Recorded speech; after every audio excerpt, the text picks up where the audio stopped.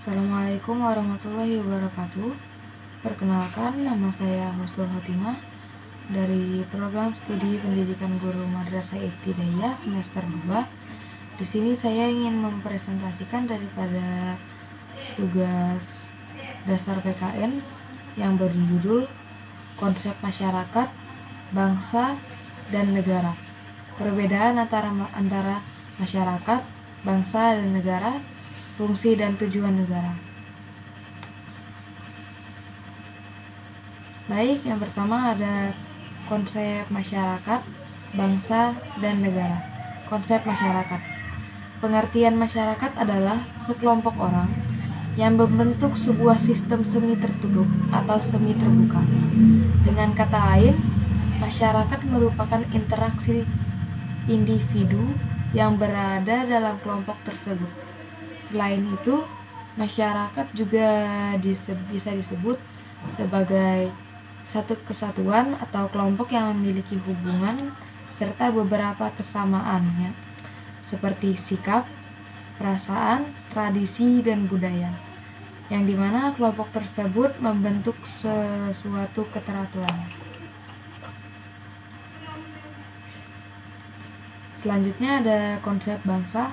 Bangsa adalah komunitas etnik yang ciri-cirinya adalah memiliki nama, wilayah tertentu, mitos leluhur bersama, kenangan bersama, satu atau beberapa budaya yang sama, dan solidaritas tertentu.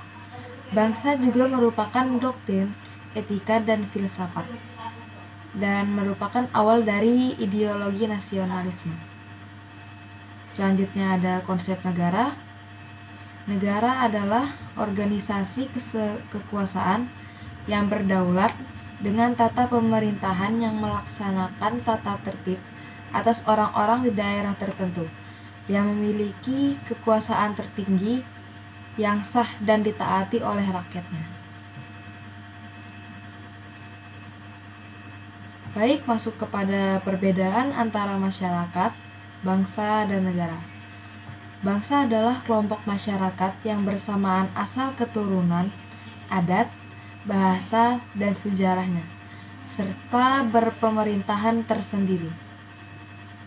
Sedangkan negara adalah kelompok sosial yang menduduki wilayah atau daerah tertentu yang diorganisasi di bawah lembaga politik dan pemerintah yang efektif, mempunyai kesatuan politik, berdaulat sehingga berhak menentukan tujuan nasionalnya.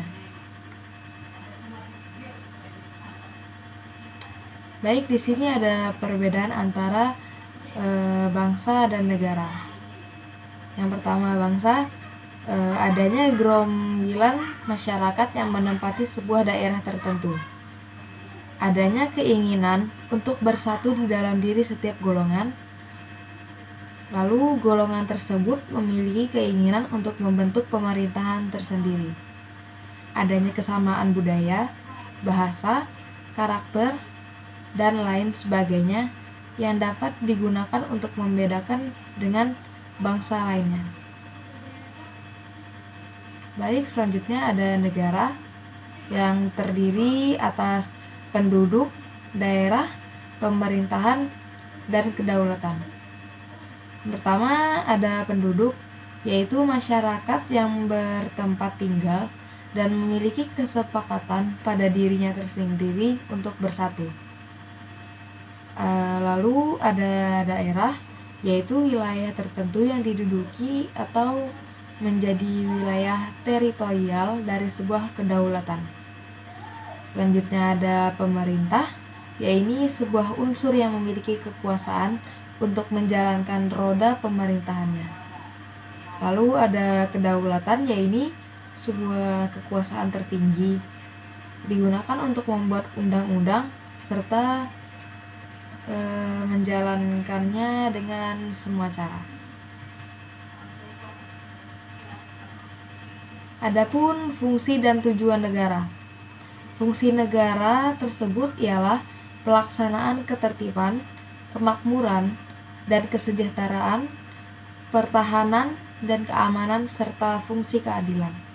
Setiap fungsi negara tersebut mempunyai peran masing-masing. Namun, hal tersebut tetap mengacu pada tujuan yang sama, yaitu mencapai kehidupan negara yang layak bagi setiap rakyatnya. Selanjutnya terdapat penjelasan fungsi-fungsi negara secara umum.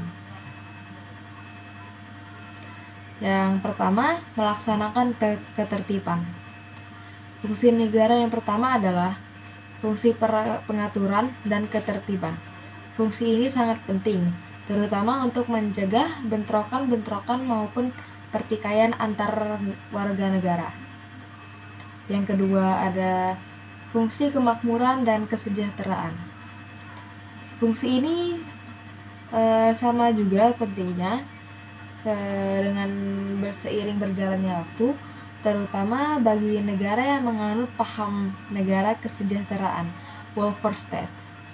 Dengan hal ini, negara berupaya agar masyarakat dapat hidup dan sejahtera, terutama di bidang ekonomi dan sosial masyarakat. Yang ketiga ada fungsi pertahanan. Fungsi pertahanan menjadi satu di antara fungsi yang sangat penting. Fungsi ini diperlukan untuk menjaga kemungkinan terjadinya serangan dari luar. Yang keempat, fungsi keadilan. Fungsi negara ini dilaksanakan oleh badan penegak hukum, khususnya badan-badan peradilan. Negara harus dapat menegakkan hukum secara tegas dan tanpa adanya unsur kepentingan tertentu. Baik, di sini ada teori yang ada secara umum, yaitu ada 5 tujuan negara yang paling utama diantaranya, yaitu yang pertama, menciptakan keadaan agar rakyat bisa mencapai keinginan-keinginan secara maksimal. Yang kedua, memajukan kesusilaan manusia sebagai individu dan sebagai makhluk sosial. Yang ketiga, mencapai penghidupan dan kehidupan yang aman dan tentram dengan taat kepada Tuhan. Pemimpin negara dalam menjalankan kekuasaannya berdasarkan kekuasaan Tuhan. Yang keempat, berusaha menyelenggarakan ketertiban, keamanan, dan ketentraman agar tercapai tujuan negara yang tertinggi, yaitu kemakmuran bersama. Yang terakhir yaitu memelihara dan menjamin terlaksananya hak asasi manusia. Kemudian kekuasaan penguasa dibatasi oleh hak asasi manusia, atau yang biasa disebut yaitu HAM. Baik, mungkin hanya itu yang bisa dapat saya presentasikan. Kurang lebihnya mohon dimaafkan. Wassalamualaikum warahmatullahi wabarakatuh.